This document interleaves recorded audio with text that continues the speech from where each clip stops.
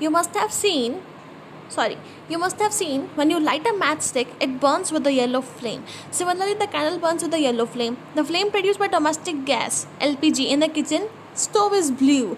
The question arises, what is flame? तो students, ये flame होती क्या है? हमने बहुत सारे अलग अलग कलर्स की फ्लेम देखी है, तो बच्चों ये फ्लेम एक्चुअली में होती क्या है? देखिए, a reason of burning gases is called a flame. बच्चों, फ्लेम क्या होती है? जहाँ पे बहुत सारी गैसेस बर्न हो रही होती है, तो उसको हम लोग क्या बोलते हैं? Flame. It is understandable that LPG is a gas. Therefore, the region in which it burns constitutes a flame. However, wax is a solid. How can a solid produce a flame? तो students, यहाँ question है कि जो LPG है वो तो हमें पता है गैस है, इसीलिए वहाँ जो रीजन होता है जहाँ पे गैस बर्न होती है तो वहाँ एक फ्लेम प्रोड्यूस होगी. ओके, तो वहाँ ये एक फ्लेम का कॉन्स्टिट्यूट है. ओके स्टूडेंट्स, लेकिन जो बच्चों हमारा वैक्स होता है वो तो एक सॉलिड है, तो वो एक फ्लेम कैसे प्रोड्यूस कर सकता है? यानी कि हम लोग यहाँ पे एक कैंडल की बात कर रहे हैं. तो देखिए students, when we light a candle with a match stick, the heat of the burning match stick not only melts wax but also changes it into wax vapour. बच्चों, जैसे कि हमारे वाटर वेपर्स होते हैं, ओके, ठीक उसी तरीके से जब भी हम कोई कैंडल को मैच करते हैं, यानी कि जब भी हम उसे बर्न करते हैं, तो क्या होता है स्टूडेंट्स? वो जो वैक्स है वो वैक्स के वेपर में कन्वर्ट हो जाती है. Okay students, the wax vapour mixes with the air and then catches fire to produce a flame. तो बच्चों, जो वैक्स वेपर है वो एयर के साथ में मिक्स होके फायर को कैच कर लेती है, जिससे कि फ्लेम प्रोड्यूस होती है. Similarly, when the matchstick catches fire, the heat release due to burning of chemicals on the match head partly decomposes the wood to form wood gas. The wood gas then catches fire and produce a flame. तो students, इसी तरीके से क्या होता है, जो matchstick होती है उसमें भी हम लोग उसमें भी फ्लेम लग जाती है, फ्लेम प्रोड्यूस हो जाती है. ओके स्टूडेंट्स, कैसे? जब भी हम मैचस्टिक को जलाते हैं, ओके, तो जो मैचस्टिक का हेड होता है, जो उसके ऊपर केमिकल्स होते हैं, वो डिकम्पोज हो जाते हैं वुड के अंदर. ओके, नहीं, जो उसका वुड होता है, जो हमने देखा था पाइन वुड. ओके स्टूडेंट्स, तो जो पाइन वुड है वो वुड गैस के अंदर कन्वर्ट हो जाएगा एंड बच्चों जो वुड गैस है वो फ्लेम को प्रोड्यूस करेगी.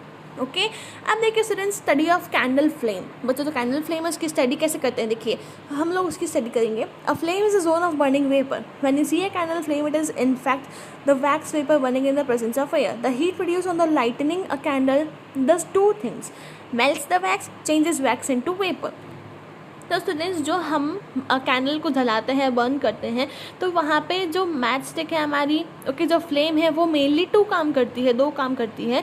कौन कौन से? एक तो वैक्स को मेल्ट करना और जो वैक्स है उसको वैक्स वेपर में कन्वर्ट करना.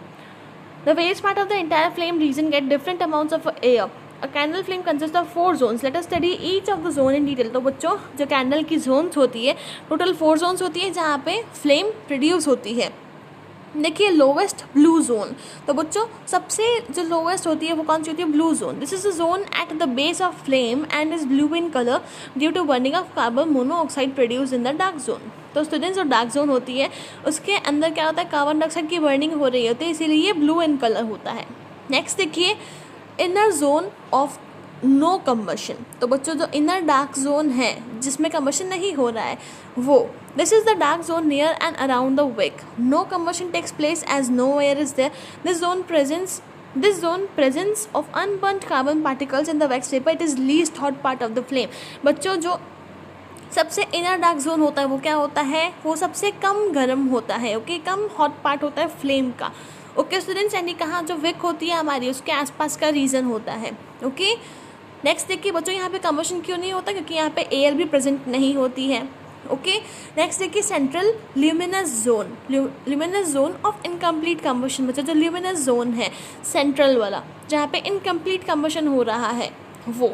ओके बच्चों, फर्स्ट क्या था हमारा? Lowest blue zone, inner dark zone of no combustion and central luminous zone of incomplete combustion. It is a major part of the candle flame and is bright yellow and luminous. Wax vapor undergoes incomplete combustion because not enough air is present here. This results in the production of carbon particles. This part of the flame has moderate temperature. बच्चों, ये जो बच्चों part है हमारा flame का, okay, कौन सा? Central luminous zone of incomplete combustion. यहाँ पे क्या होगा? इनकम्प्लीट कम्बशन होगा, जिसकी वजह से क्या होगा? कार्बन के पार्टिकल्स जनरेट होंगे, प्रोड्यूस होंगे. एंड बच्चों, जिसका टेम्परेचर है वो कैसा होता है? मॉडरेट टेम्परेचर होता है. नेक्स्ट देखिए students, Fourth, outermost non-luminous zone of complete combustion. This zone is faintly visible and surrounds the yellow luminous part of the flame. The wax vapor undergoes complete combustion because plenty of air is present around it. It is the hottest part of the candle flame. Okay students, आपको clear है? तो हमारे mainly 4 Jones होते हैं एक flame के अंदर. Okay, एक कैंडल की फ्लेम के अंदर.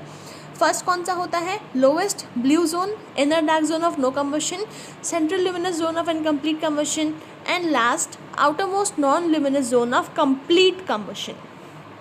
ओके स्टूडेंट्स, अब नेक्स्ट देखिए, as the temperature of this part of a flame is around 1300 degree Celsius, it is sufficient to melt the gold at specific point. बच्चों, जो ये जो फ्लेम होती है, ओके, इसका जो टेम्परेचर है वो 1300 डिग्री सेल्सियस के इक्विवेलेंट होता है. ओके, तो बच्चों ये क्या होता है, एक गोल्ड को मेल्ट करने के लिए सफिशिएंट होता है. This in turn helps the goldsmith to give proper shape to gold ornaments. बच्चों, इसकी मदद से क्या करते हैं ये लोग, जो ऑर्नामेंट्स होते हैं गोल्ड के उनको शेप देने में, एक प्रॉपर शेप देने में ये काम आती है. क्या चीज़ बच्चों? कैंडल्स. नेक्स्ट देखिए, fuels and there types. Introduction. The prime necessities of human beings are food, clothing and shelter. None of these necessities can be available unless we have heat energy to cook our food and other kinds of energy to run machines for manufacturing articles of clothing and shelter. तो बच्चों, बिना energy के हम लोग कोई भी काम नहीं कर सकते हैं. ओके स्टूडेंट्स, जैसे कि फ्यूल. एनी सबसे बच्चों फ्यूल क्या होता है, देखिए यहाँ पर आपको डेफिनेशन दे रखी है.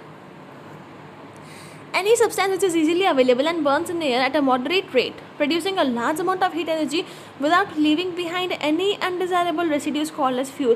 बच्चों, फ्यूल क्या होता है? ऐसा सब्सटेंस जो कि इजीली अवेलेबल होता है एंड वो एयर के साथ में बर्न होके एक मॉडरेट रेट पे क्या प्रोड्यूस करता है? हीट एनर्जी प्रोड्यूस करता है लार्ज अमाउंट के अंदर, और पीछे वो कोई भी रेसिड्यू नहीं छोड़ता है, तो उसे हम लोग क्या बोलते हैं? फ्यूल. अब देखिए, calorific value of a fuel. बच्चों, ये क्या होती है? देखिए, the amount of heat energy produced on completely burning 1 kilogram of fuel in pure oxygen is called calorific value of that fuel. बच्चों, कैलोरीफिक वैल्यू क्या होती है? जो हीट एनर्जी प्रोड्यूस हुई है पूरे 1 kg फ्यूल को बर्न करने पे. ओके, तो उसे हम क्या बोलेंगे? Calorific value of that fuel. जैसे कि students, thus a fuel which produces more heat energy per kilogram is said to have high calorific value. As a matter of fact, more is the calorific value, more is the efficiency of fuel. बच्चों, आपको ये ध्यान रखना है कि जो calorific value है वो उसकी efficiency से directly related है. यानी कि बच्चों, इसका मतलब क्या हुआ कि वो डायरेक्टली डिपेंडेंट है. यानी कि अगर कैलोरीफिक वैल्यू ज़्यादा है, ओके, तो एफिशिएंसी भी ज़्यादा होगी. अगर कैलोरीफिक वैल्यू कम है तो एफिशिएंसी भी कम होगी. Okay students, the calorific value of fuels is expressed in kilojoules per gram. The calorific value of some common solids, liquids, gaseous fuels is given below. बच्चों, जो हमारी calorific value होती है वो हम इसको किस में एक्सप्रेस करते हैं? किलो जूल्स पर किलोग्राम में. ओके स्टूडेंट्स, तो स्टूडेंट्स यहाँ आपको सॉलिड फ्यूल्स दे रखे हैं जैसे कि cow dung, cake, wood, coal and again liquid दे रखे हैं पेट्रोल, केरोसिन, डीजल. फिर आपको दे रखे हैं गैशियस फ्यूल्स, मीथेन, ब्यूटेन जो कि एलपीजी के अंदर होती है mainly, CNG, biogas and hydrogen. Okay students, तो यहाँ आपको कैलोरीफिक वैल्यूज दे रखी है इनकी. किस चीज़ के अंदर? इनकी यूनिट क्या है? किलो जूल्स पर किलोग्राम. ओके स्टूडेंट्स, अब हम सीधा चलेंगे characteristics of a good fuel. बच्चों, जो गुड फ्यूल होता है उसकी उसके क्या कैरेक्टर्स होते हैं? देखिए, first, it should have a large calorific value. बच्चों, उसकी जो कैलोरीफिक वैल्यू है बहुत ज़्यादा हाई होनी चाहिए, लार्ज होनी चाहिए, ताकि जो एफिशिएंसी है फ्यूल की वो बहुत ज़्यादा हो.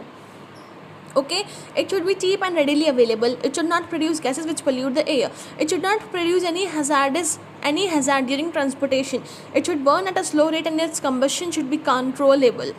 It should be easy to store. It should have a low ignition temperature. It should produce a very small amount of residue such as ash.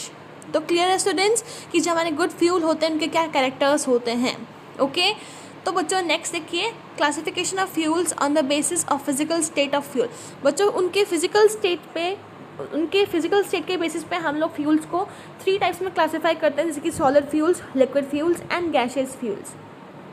देखिए student, solid fuels, the fuels which occur in solid state at room temperature. बच्चों, जो room temperature में solid state के अंदर होंगे, जैसे कि wood, agricultural residues, charcoal, coal, coke, paraffin wax etcetera.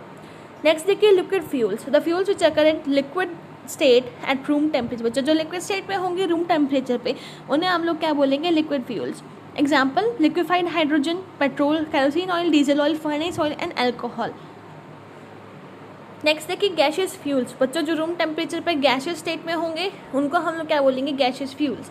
Example water gas, producer gas, coal gas, compressed natural gas CNG, gobar gas and hydrogen gas. Okay बच्चों next देखिए आपका लास्ट क्या है, burning of fuels and harmful effects. बच्चों जब हम fuels को burn करते हैं तो इनके हार्मफुल इफेक्ट्स क्या क्या होते हैं, देखिए a pollutant is a substance that harms the environment. बच्चों पॉल्यूटेंट क्या होता है, ऐसा सब्सटेंस जो कि इन्वायरमेंट को हार्म करता है।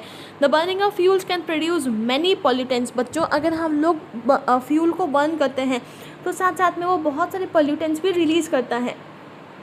देखिए carbon dioxide, it is emitted as a result of human activities such as burning of wood, coal, oil and natural gas. Plants get carbon dioxide from synthesizing their food, but in this process they release oxygen.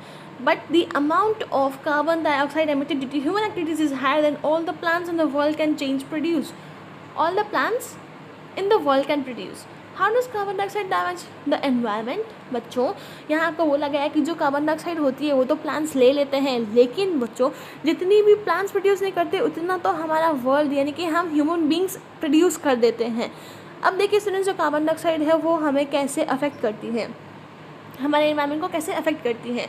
The greenhouse effect. The greenhouse effect is referred as global warming. The earth is surrounded by its atmospheric a mixture of gases. बच्चों जो green house effect होता है वो क्या होता है, हमारा global warming होता है।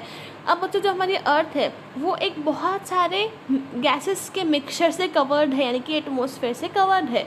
Heat from the sun passes through these gases to warm up the earth. These gases are known as greenhouse gases. They let the heat from the sun in, but do not let heat back out again.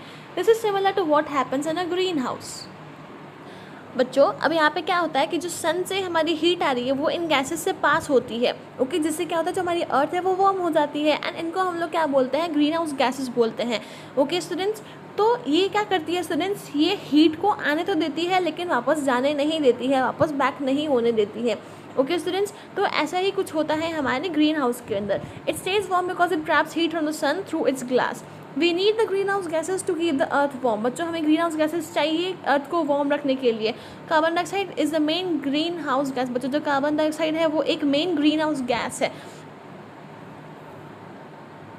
लेकिन बच्चों अगर ज़्यादा carbon dioxide produce हो जाती है तो जो हमारे इकोलॉजिकल इम्बैलेंस हो जाएगा। ओके स्टूडेंट्स यानी कि हमारे एनवायरनमेंट के अंदर सब कुछ ठीक नहीं होगा, जो सिचुएशंस है वो डे बाय डे वर्स हो जाएगी यानी कि ख़राब होने लगेगी। जैसे कि स्टूडेंट्स देखिए नेक्स्ट क्या है, carbon monoxide. It is a colourless and odorless gas which is produced by incomplete combustion of fuels such as wood, petrol, diesel and coal. Carbon monoxide is a poisonous gas in large enough amounts. It is fatal because it can combine with hemoglobin of our blood and destroy the blood ability to carry oxygen. बच्चों जो हमारी next कौन सी है, carbon monoxide. तो बच्चों ये colourless है, odourless है यानी कि स्मेललेस है। एंड बच्चों ये कैसे प्रोड्यूस होती है, इनकम्प्लीट कम्बशन ऑफ फ्यूल्स की वजह से ये प्रोड्यूस होती है। ओके स्टूडेंट्स जैसे कि जो हमारा वुड, पेट्रोल, डीजल या कोल है इनके इनकम्प्लीट कम्बशन से। बच्चों कार्बन मोनोऑक्साइड जो है वो पॉइजनस गैस है, हमने पहले ये देखा था। ओके ये हमारी जो ब्लड है स्टूडेंट्स उसके अंदर जो हीमोग्लोबिन है उससे कंबाइन करके जो हमारी एबिलिटी है ब्लड की ऑक्सीजन को कैरी करने की उसको भी कम कर देती है। ओके नेक्स्ट देखिए sulphur dioxide.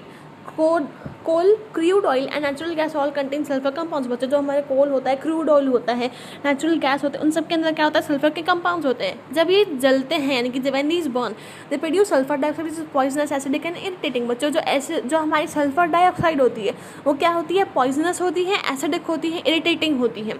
Sulfur dioxide can dissolve in rain to produce acid. These acids fall to the ground with the rainfall. This is called as acid. बच्चों ये क्या करते हैं, एसिड रेन भी प्रोड्यूस करते हैं।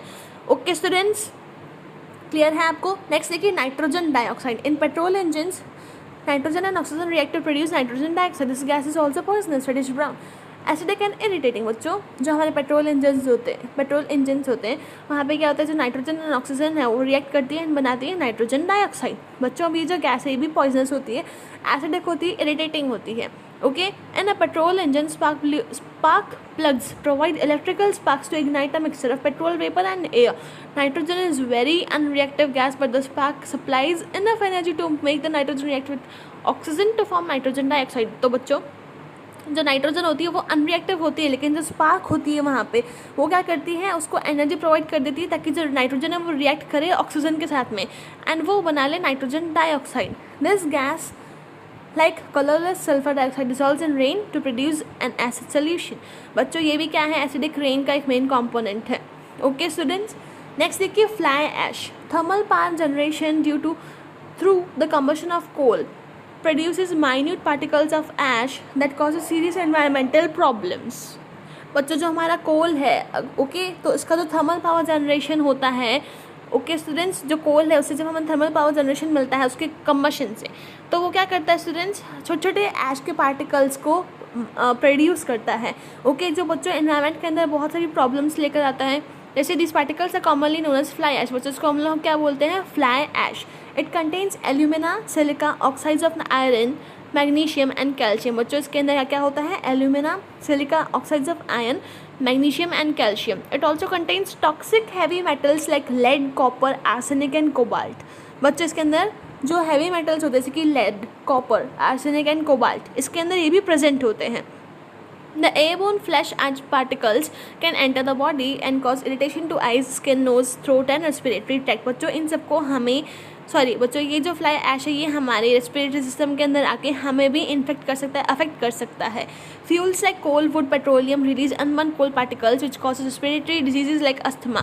बच्चों ये जो फ्यूल्स है हमारे कोल, वुड, पेट्रोलियम, ये क्या करते हैं, अनबर्न कोल पार्टिकल्स रह जाते हैं जिससे हमें अस्थमा जैसी डिजीजेज हो सकती हैं। बच्चों अब जो कुछ फ्यूल्स है जैसे कि जो हमारा वुड है, ओके, कोल है, ये क्या करते हैं, बर्निंग के बाद में ऐश को ऐश छोड़ देते हैं पीछे as a residue which if not dispose properly may cause air and water pollution. बच्चों ये पॉल्यूशन भी क्रिएट करते हैं। Carbon monoxide gas is produced by incomplete combustion of fuels which is poisonous gas. It is not safe to burn coal in a close room as carbon monoxide gas is produce and can kill person sleeping in the room. बच्चों जैसे कि हमने देखा था कि अगर हम लोग अंगीठी या फिर जो हमारी सिगरी होती है अगर उसको हम लोग बर्न कर रहे हैं एक क्लोज्ड स्पेस के अंदर, तो क्या होगा, वहाँ पे इनकम्प्लीट कम्बशन होगा। ओके अगर जो एयर है उसकी सप्लाई अगर प्रॉपर नहीं है तो क्या होगा, इनकम्प्लीट कम्बशन एंड प्रोड्यूस होगी कार्बन मोनोऑक्साइड गैस जो कि बहुत ही पॉइजनस होती है स्टूडेंट्स। अगर वहाँ पे उसको जगह नहीं मिली जाने की तो क्या होगा, वहाँ जो पर्सन अंदर सो रहे हैं वो उनकी डेथ भी हो सकती है। ओके स्टूडेंट्स, तो जो आपका चैप्टर है, ओके बच्चों, जो आपका चैप्टर है कौन सा, chapter number 6 combustion and flame, तो बच्चों ये आज कंप्लीट हो चुका है। आप इसकी अच्छे से रीडिंग करेंगे कि हमने क्या क्या पढ़ा था इसके अंदर। हमने क्या क्या पढ़ा था स्टूडेंट्स, कंबशन पढ़ा था, हम लोग फायर को कैसे कंट्रोल कर सकते हैं, फ्लेम क्या होती है, फ्यूल्स क्या होते हैं, कौन कौन से पोल्यूटेंट्स होते हैं जो हमारे एनवायरनमेंट को पोल्यूट करते हैं। ओके स्टूडेंट्स, तो जो हमारा चैप्टर है 6 कंबशन एंड फ्लेम वो आज कंप्लीट हो चुका है। एंड बच्चों जो आपके जो जितने भी क्वेश्चन आंसर्स रिमेनिंग है दूसरे चैप्टर्स के, जैसे कि बच्चों आपके जो materials, non metals and metals वाला चैप्टर है वो, ओके, एंड जो chemical effects of electric current है इसके चैप्टर के, एंड जो कंबशन एंड फ्लेम है इसके चैप्टर भी क्वेश्चन आंसर्स रिमेनिंग है, तो मैं आपको सेंड कर दूंगी, आपको टेंशन लेने की बिल्कुल ज़रूरत नहीं है। ओके स्टूडेंट्स, जब तक आप लोग चैप्टर्स को अच्छे से पढ़ते रहिए। ओके।